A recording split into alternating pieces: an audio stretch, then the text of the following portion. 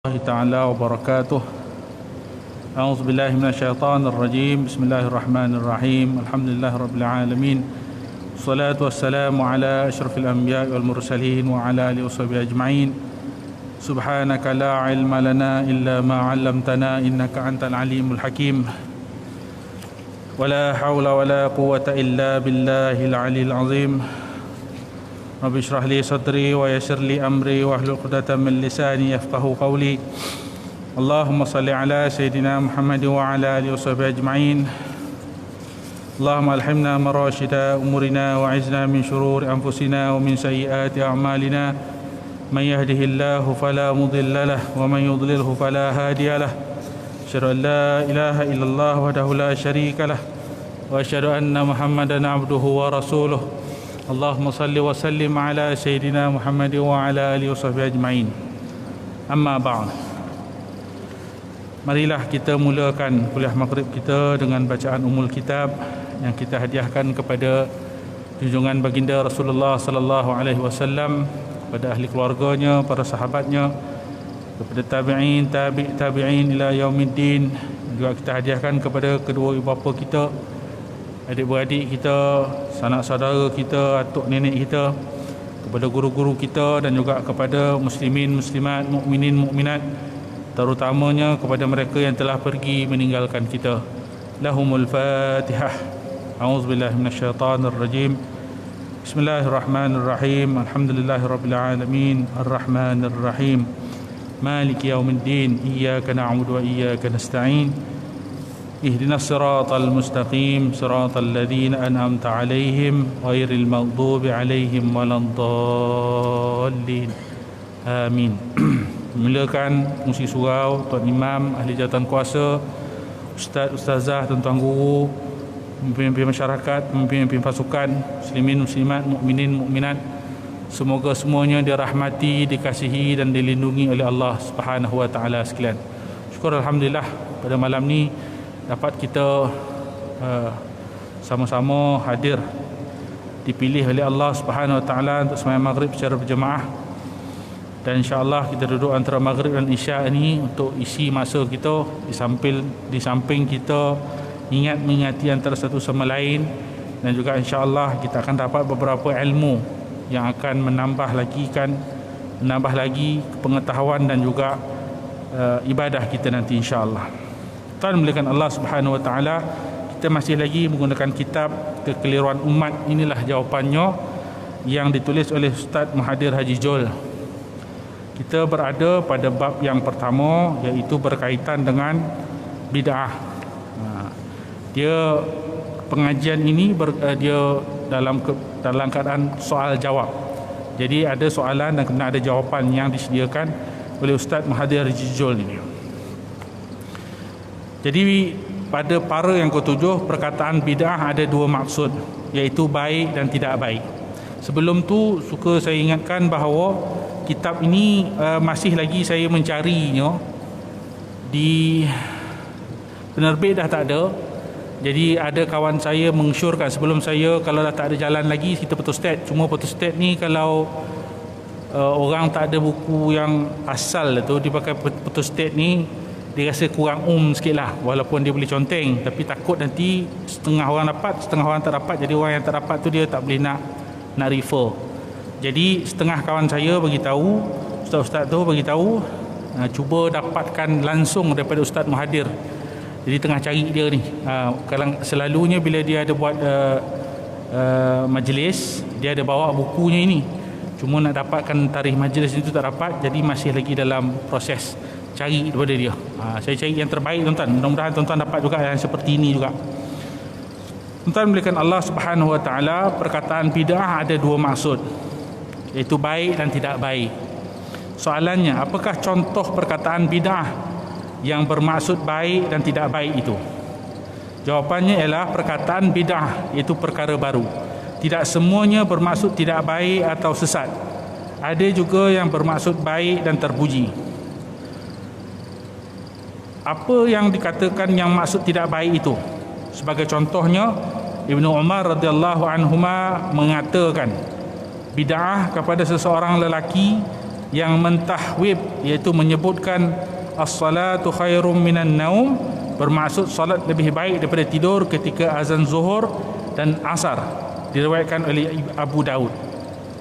Sayyidina Ali mengatakan, keluarkan pembinaah ini dari masjid, kerana lelaki pembinaah itu bertahwib ketika azan untuk salat isya. Itu disebutkan surah di dalam kitab Al-Mabthuth. Ini maksudnya bid'ah, bid'ah yang tidak baik. Maksudnya perkataan yang baru, perbuatan yang baru yang bukan ada pada zaman Nabi, tetapi dia bukanlah amalan yang boleh diterima, maknanya tak baik. Sebagai contoh yang disebut dalam ini, Ibnu Umar radhiyallahu anhuma, dia mengatakan bid'ah. Ibnu Umar ni adalah tempat rujukan para sahabat, kerana mereka ini Ibnu Abbas dan Ibnu Umar, mereka ini muda, kecil lagi masa zaman Nabi sallallahu alaihi wasallam, dan Nabi mendoakan mereka ini. Jadi mereka membesar dengan pengetahuan dengan sangat banyak. Jadi Ibnu Umar radhiyallahu anhuma mengatakan bid'ah kepada lelaki yang mentahwib, iaitu dia baca as-salatu khairum minan naum itu pada azan sembahyang zuhur dan asar, sedangkan hanya kita gunakan tahwib itu pada waktu salat subuh saja, azan subuh saja. Tapi dia buat benda tu pada azan, melakukan azan pada waktu zuhur dan asar, digunakan perkataan yang sama, as-salatu khairum minan naum. Maka dikata oleh Ibnu Umar radhiyallahu anhuma itu bid'ah. Maknanya dia benda yang tak bid'ah dalam kategori yang tidak baik, maknanya tak boleh diterima dan tak boleh dipakai. Contoh yang lain iaitu Sayyidina Ali radhiyallahu anhu mengatakan, keluarkan pembid'ah ini dari masjid kepada lelaki yang buat benda yang sama pada azan salat isya. Mana azan isya tu dia pembaca lagi as-salatu khairum minan naum itu. Maka dikatakan oleh Sayyidina Ali bahawa keluarkan orang ni sebab dia melakukan perkara bid'ah. Bid'ah yang dimasukkan adalah bid'ah yang tidak baik. Ini terkandung di dalam kitab Al-Mabthuth. Kemudian itu kategori bid'ah yang tidak baik. Pada bid'ah yang baik pula, contohnya adalah Sayyidina Umar radhiyallahu anhu pernah memuji tentang solat tarawih yang dikerjakan dengan berjemaah dengan katanya, ni'matil bid'atu hadhihi, alangkah cantiknya bid'ah ini. Diriwayatkan daripada Abdul Rahman Ibnu Abdul Al-Qari oleh Bukhari dan Imam Malik dalam Al-Muwatta'nya. Ini contoh kepada bid'ah yang baik yang dilakukan oleh Sayyidina Umar radhiyallahu anhu. Siapalah kita nak mengatakan Sayyidina Umar ini salah, sedangkan kalau ikut hierarkinya tuan-tuan, kan, siapakah lebih mulia lagi bila dia dimakamkan bersama dengan Nabi sallallahu alaihi wasallam sebelah-sebelah, tuan. Jadi Sayyidina Umar mengiktiraf perbuatan bertarawih secara berjemaah dengan memuji alangkah cantiknya bid'ah ini, kata Sayyidina Umar radhiyallahu anhu tentang tarawih berjemaah. Sebab apa tuan-tuan? Sebab kalau tarawih ni buat sendiri seorang, tak usahkan 28 pun nyanyi tuan-tuan. Percayalah cakap saya. Kerana kita sendiri pun tahu bahawa kalau tarawih ni kita tak buat secara berjemaah, melainkan orang tu memang dia kuatlah iman dia, kuatlah dia punya fizikal dia, kan. Kita ni kalau lakukan secara berjemaah, dia ada roh dia lain sikit. Sebab itulah Nabi suruh kita solat berjemaah. Sebab di situlah kita akan dapat mengumpul kekuatan untuk solat kita itu, dan ganjaran pun di sisi Allah pun sangat banyak. Jadi Sayyidina Umar memuji orang yang sembahyang tarawih secara berjemaah. Dan ini disebut sebagai bid'ah yang cantik, kata Sayyidina Umar radhiyallahu anhu. Dan ini ada diriwayatkan oleh Imam Al-Bukhari dan juga oleh Imam Malik dalam Al-Muwatta', kitab Al-Muwatta'nya. Perkataan Ibnu Umar tentang salat duha dengan katanya bid'ah wa ni'matil bid'atu hiya, ia bid'ah, sebaik-baik bid'ah adalah sepertinya.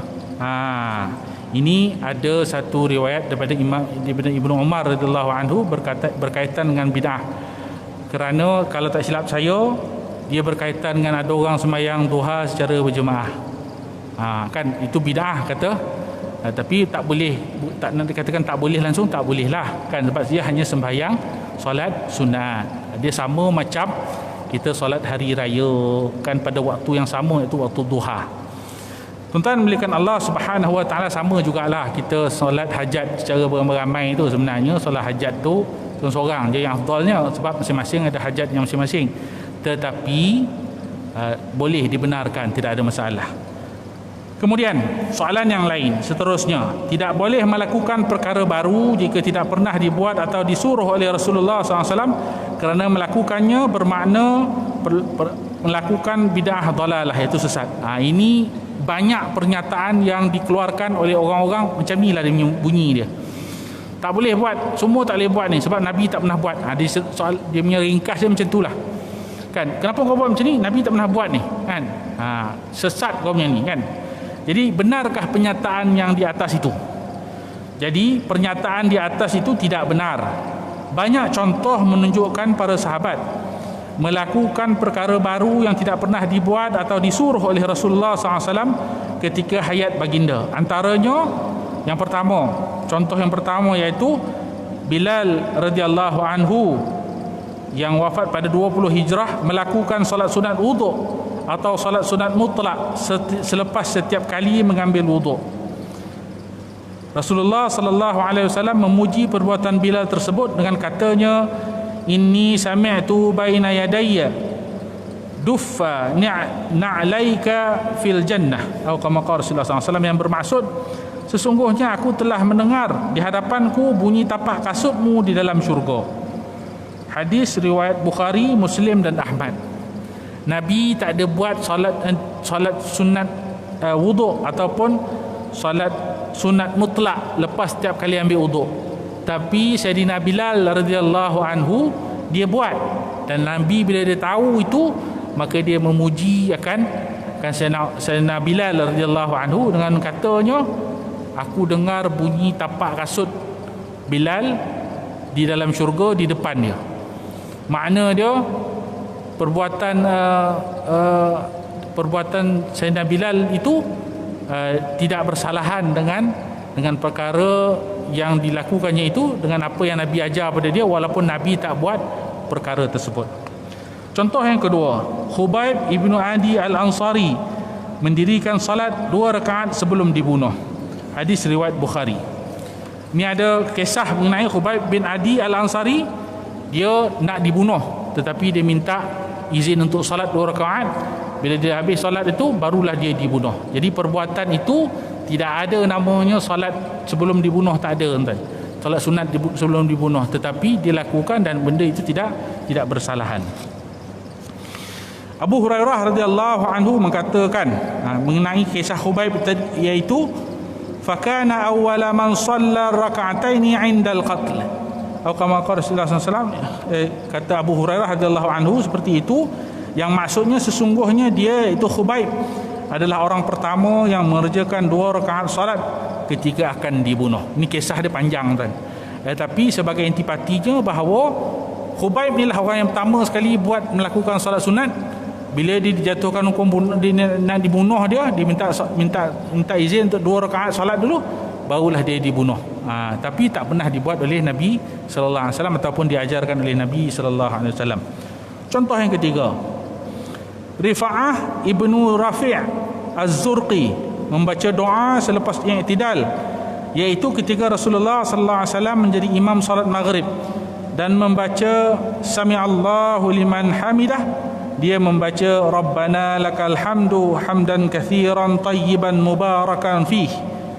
Rasulullah SAW memuji bacaan pujian tersebut di dalam sabdanya, inni ra'aitu bid'an wa thalathina malakan yabtadirunaha ayyuhum yaktubu awal, atau kama qala Rasulullah SAW, yang bermaksud sesungguhnya aku telah melihat 30 lebih malaikat datang berebut-rebut berlumba siapa di antara mereka yang paling awal mencatat pahala pujian tersebut.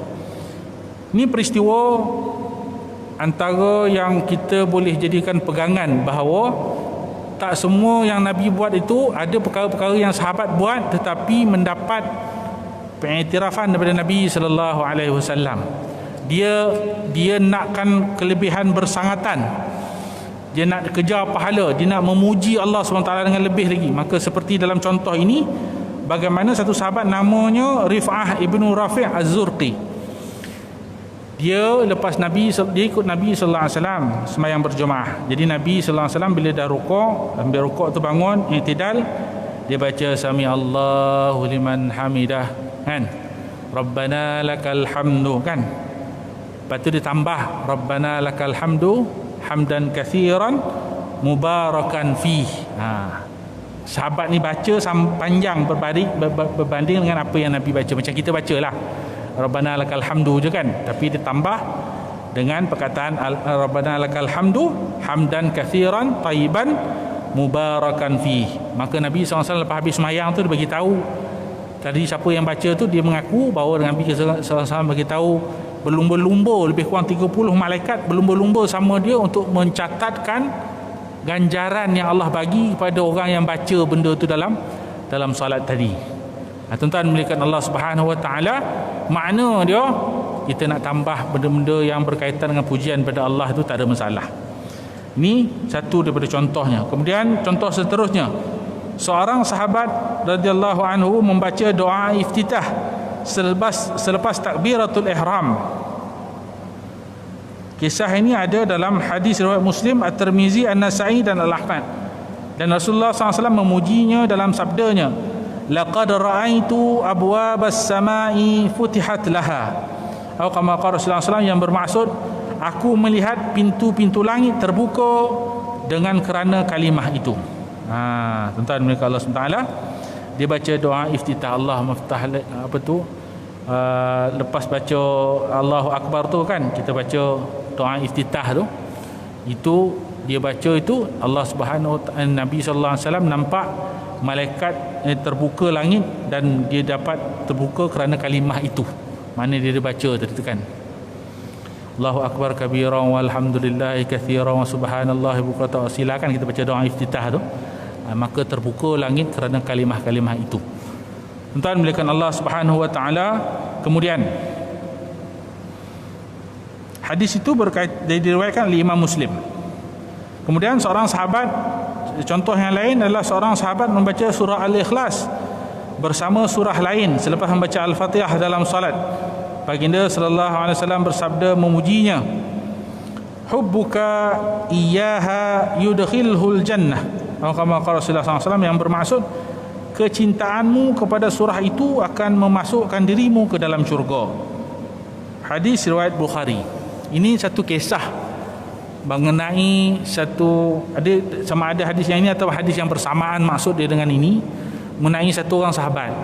Dia baca lepas habis baca Fatihah, dia baca qul huwallah aja. Rakaat pertama baca qul huwallah, rakaat kedua pun baca qul huwallah. Semayang yang lain pun sama juga, dia baca qul huwallah, rakaat pertama, rakaat kedua pun qul huwallah. Dia tak ada surah lain, dia tanya, kan. Dalam hadis tu dia beritahu bahawa satu orang sahabat mengadu kepada Nabi, ya Rasulullah,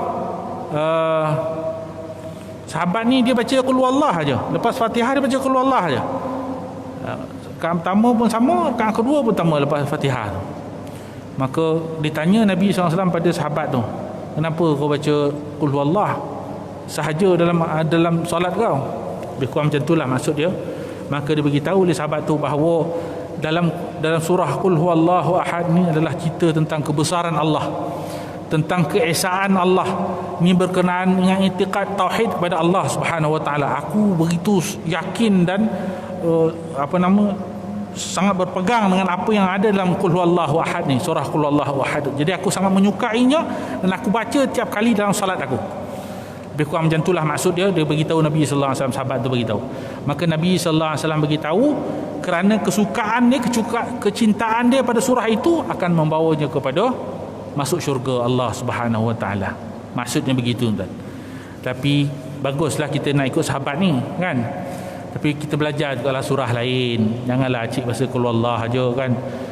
Nanti jadi imam kat rumah, anak pun tak nak ikut ayah ada lagi. Ayah ni, kan, sebelum maghrib qul huwallah, rakaat pertama, rakaat kedua pun qul huwallah. Kalau semai isyak kat rumah jemaah dengan anak pun sama kat qul huwallah. Anak tu rasa dia lagi banyak hafal daripada bapak dia kan. Nanti dia salah sangka anak pula pada bapak dia tu. Sebenarnya bapak dia mungkin boleh hafal yang lain-lain, tapi dia akan sangka bapak dia hanya hafal qul huwallah aja. Lekeh sangatlah kita sebagai ketua keluarga kan. Itu je lah maksudnya. Tapi dalam kisah ni menunjukkan apa tuan-tuan? Sahabat dibuat macam tu, Nabi approve, Nabi benarkan, tak ada masalah. Tuan-tuan mereka Allah Subhanahu Wa Taala, itu contoh. Yang seterusnya ini dalam kisah ni dia termasuk dalam hadis Nabi sallallahu alaihi wasallam yang diriwayatkan Imam Bukhari. Kemudian contoh seterusnya, sahabat menjadikan surah Al-Fatihah sebagai ruqyah, itu rawatan. Rasulullah SAW membenarkan perbuatan itu dan bertanya, wa ma yudrika annaha ruqyah, atau kama qala Rasulullah SAW, yang bermaksud bagaimana kamu tahu bahawa surah Al-Fatihah itu dapat menyembuhkan. Ini kisah ni tuan-tuan, di hadis ni diriwayatkan oleh Bukhari, Muslim dan Abu Daud. Di kisah ni panjang tuan hadis ni, tapi diambil intipati saja. Dia berkenaan ada satu sahabat Nabi sallallahu alaihi wasallam pergi ke satu tempat, kemudian dibawa orang sakit kepadanya untuk diubati kan. Jadi orang kat situ ingat sahabat-sahabat ni dia tahulah mengubat, dia boleh mendoakan orang ini. Masa tu orang Islam, orang yang banyak orang baru masuk Islam, jadi dia fikir bolehlah tolong tawarkan ke macam ni kan. Maka sahabat tu pun bacakanlah, dia ambil air, dia bacakan Fatihah. Semua orang tak tahu masa tu apa yang dia baca, maka dibacakan Fatihah pada air itu. Kemudian dia bagi pada orang yang sakit itu. Dengan izin Allah, elok orang tu, sihat orang tu. Bila dah sihat tu, maka tertanya-tanya orang pada sahabat tu, apa bacaan yang dibaca menyebabkan orang tu sihat. Maka orang tu cerita ni, sahabat tu dia beritahu pada Nabi SAW, dan Nabi juga tanya pada dia. Maka Nabi SAW, sahabat tu beritahu dia baca Fatihah aja untuk yang itu. Maka Nabi SAW kata dalam hadis ini, iaitu sebagaimana dalam hadis ini, maksud dia bahawa bagaimana wama yudrika annaha ruqyah, bagaimana kamu tahu bahawa surah Al-Fatihah itu dapat menyembuhkan. Jadi tuan-tuan, daripada hadis ini jugalah kalau kita tengok perawat kita kan, perawat yang perawatan alternatif yang mengambil sisi perubatan Islam ni, biasanya dia akan mulakan apa-apa bacaan, dia akan baca Fatihah dulu sebagai ikhtiar minta pertolongan Allah supaya disembuhkan apa-apa penyakit yang terkena pada orang yang cuba diubati, diikhtiarkan untuk diubati itu. Kemudian contoh yang lain, iaitu kedudukan imam dan makmum dalam solat berjemaah. Ibnu Abbas radhiyallahu anhuma adalah orang pertama yang mempraktikkan keadaan di mana dalam solat berjemaah imam hendaklah berada di hadapan makmum dan makmum berada di belakang imam. Dulu imam di depan sikit je daripada ni jemaah. Kemudian Ibnu Abbas radhiyallahu anhuma yang susun semua duduk belakang imam tu, imam duduk depan. Dan ini dipersetujui oleh para sahabat yang lain dan diikuti oleh ini Nabi sallallahu alaihi wasallam. Dia selepas solat yang Ibnu Abbas buat macam tu, selepas solat itu Rasulullah sallallahu alaihi wasallam suka perbuatan demikian dan berdoa kepadanya agar Allah menambah ilmu dan pengetahuan kepadanya dalam urusan agama. Maksudnya dia yang duduk belakang sekali yang pertama buat begitu, dan Nabi nampak di perbuatannya itu, maka Nabi sallallahu alaihi wasallam doakan kepada Allah untuk kebaikan kepada Ibnu Abbas radhiyallahu anhuma ini, dan juga mendoakan dia supaya banyak pengetahuan yang Allah SWT bagi pada doa yang Allahumma faqihna fid din tu, faqihhu fid din, mana dia mendoakan supaya dia faqih dalam agama. Itulah doa kepada Ibnu Abbas radhiyallahu anhuma, Nabi SAW doakan, dan kita gunakan sebagai doa itu juga dalam doa kita. Hadis ini adalah hadis riwayat Ahmad dan Hakim daripada Ibnu Abbas radhiyallahu anhuma. Kemudian seterusnya contoh yang lain, ada banyak contoh sebenarnya tuan-tuan yang menunjukkan bagaimana perkara baru yang tidak dibuat oleh Nabi tapi dilakukan oleh para sahabat yang dapat Nabi tahu dan Nabi tidak larang perbuatan tersebut.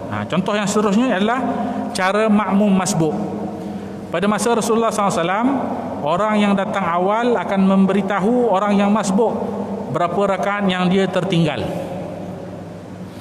Walau bagaimanapun, Sayyidina Muaz bin Jabal yang masbuk ketika itu tidak menunggu pemberitahuan daripada mereka, tetapi terus masuk solat berjemaah dan mengerjakan solat yang tertinggal setelah imam memberi salam. Rasulullah SAW mengatakan, "Sanna lakum Mu'adzun." Atau kama qala Rasulullah SAW, yang bermaksud Muaz telah membuat cara yang baik untuk kamu salat. Hadis riwayat Ash bin Wail dan Imam At-Tabari. Jadi pada zaman Nabi SAW masih ada, ketika itu orang datang nak masbuk semayang. Kan kita datang, kita lah semayang maghrib. Kita tak tahu, tengok imam tengah semayang, nak masuk terus tak boleh. Kita tak tahu dia rakaat kedua ke, rakaat ketiga ke, kan. Dia tunggu orang habis semayang baru dia, orang yang semayang tu akan beritahu, okey tadi tertinggal 2 rakaat, boleh semayang lagi. Sambung macam tu. Mana dia masuk, lepas tu nanti orang kemudian tu akan beritahu dia berapa rakaat dia tertinggal. Tetapi Muaz bin Jabal ini telah bagi tahu, dia telah buat lagi, jadi dia tak tunggu pemberitahuan daripada mereka tapi terus masuk solat berjemaah. Maksudnya dia terus masbuk je, tak payah tunggu lagi habis semayang baru beritahu, tak ada. Jadi dia terus masuk saja. Yang mana Nabi SAW mengiktiraf dengan kata, Muaz telah membuat cara yang baik untuk solat kamu. Kemudian contoh yang lain seterusnya, Bani Zuh bin Syaiban bertawasul kepada Nabi SAW.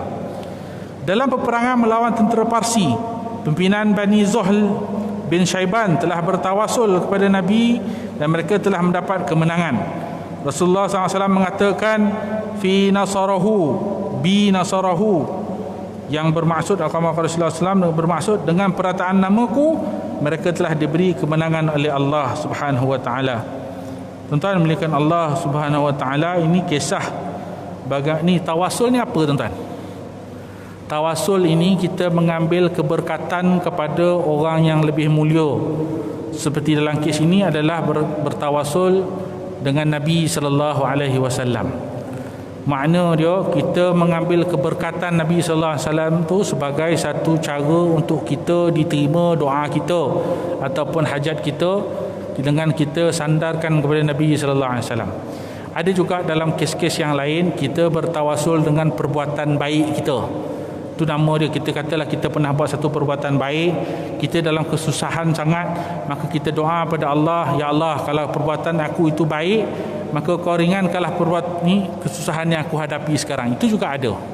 Nama dia bertawasul kepada perbuatan baik. Tapi yang dalam kes ini adalah bertawasul kepada Nabi sallallahu alaihi wasallam. Dan bila Nabi sallallahu alaihi wasallam diberitahu tentang perkara itu, maka Nabi SAW dia kata sabda bahawa dengan perataan namaku mereka telah diberi kemenangan oleh Allah Subhanahu wa taala. Makna dia boleh tuan-tuan tawasul, cuma pertikaian yang dibawa oleh orang-orang ni, orang yang mempertikaikan ni, dia kata tapi pada masa tu Nabi masih hidup, dia kata. Sedangkan sekarang Nabi telah meninggal, telah wafat. Bolehkah kita bertawasul atas nama Nabi lagi? Ada pula hujahnya, jawab ni. Nanti kita akan bicarakan dalam seterusnya, nanti ada dia punya penghuraiannya dalam bab-bab, nanti ada nama dia bab tawasul. Kemudian contoh yang lain pula ialah tayamum bagi orang yang berjunub ketika cuaca terlalu sejuk. Setelah bermimpi pada malamnya dan ingin mandi hadas besar pada paginya, tetapi cuaca sangat sejuk, Sayyidina Amru bin Al-As berijtihad untuk hanya bertayamum dan beliau menjadi imam salat subuh.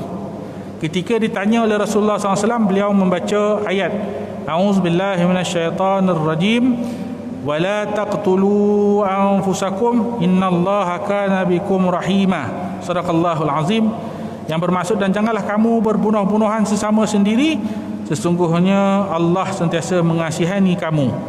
Rasulullah SAW tersenyum dan tidak berkata apa-apa.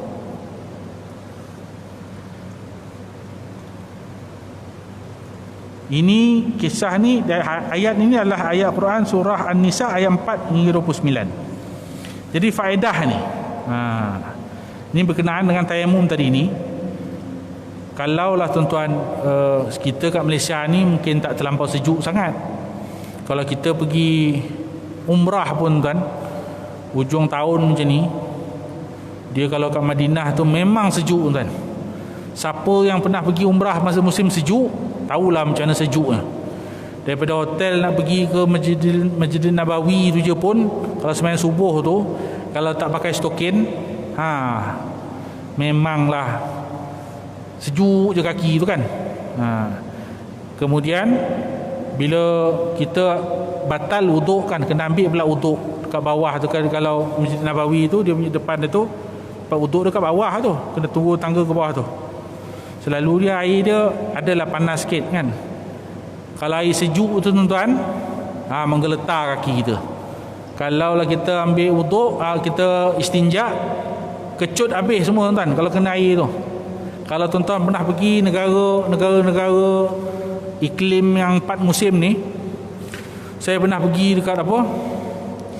Pergi ke UK, pergi ziarah kawan saya, dia sambung belajar, isteri dia sambung belajar kat sana, dia ajaklah main sini kan, boleh tidur rumah dia. Sebab sana hotel mahal, okeylah saya pergilah sana kan. Rumah dia tu saya tidur. Bila malam tu tuan, pagi tu tuan, malam sejuk, pagi tu tak usahlah cerita lagi tuan, lagi sejuk tuan. Tidur stokin 2 lapis, baju 3 lapis, punya sejuknya tuan. Bilik air ada kapet, bayangkanlah. Tuan-tuan, bilik air ada kapet. Kalau tuan-tuan buang air, tandas duduk tu tak ada kapet ke bawah tu ataupun alas kaki kita, menggeletar kat situ tuan. Memang menggeletar betul. Bayangkanlah tu, nak istinja saja pun kita dah tak tahan, bayangkanlah kalau kena mandi tuan. Sebaiklah orang rumah tak ikut kan. Kalau tidak, panjang enggak cerita tu tuan. Jadi memang sejuk. Jadi Sayyidina Amr bin Al-As ini, dia ambil keputusan istihad dia hanya tayamum. Tayamum ni senang ya kan, debu-debu tu je dah. Lepas tu dia jadi imam solat subuh. Ditahu oleh Nabi sallallahu alaihi wasallam. Nabi sallallahu alaihi wasallam tak kata tak boleh, dia senyum saja. Nabi sallallahu alaihi wasallam senyum dan tak berkata apa-apa. Makna dia tak salah tuan-tuan. Dah masuk waktu, kita bagi laluan untuk azan insya-Allah.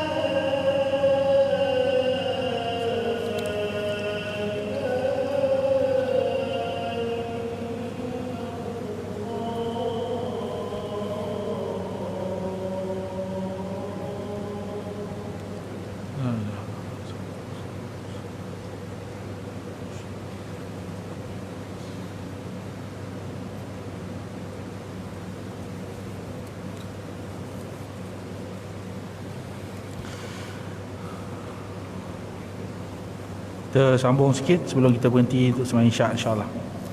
Jadi antara faedah yang kita boleh dapat daripada bid'ah, contoh-contoh perbuatan bid'ah yang baik ini, yang tidak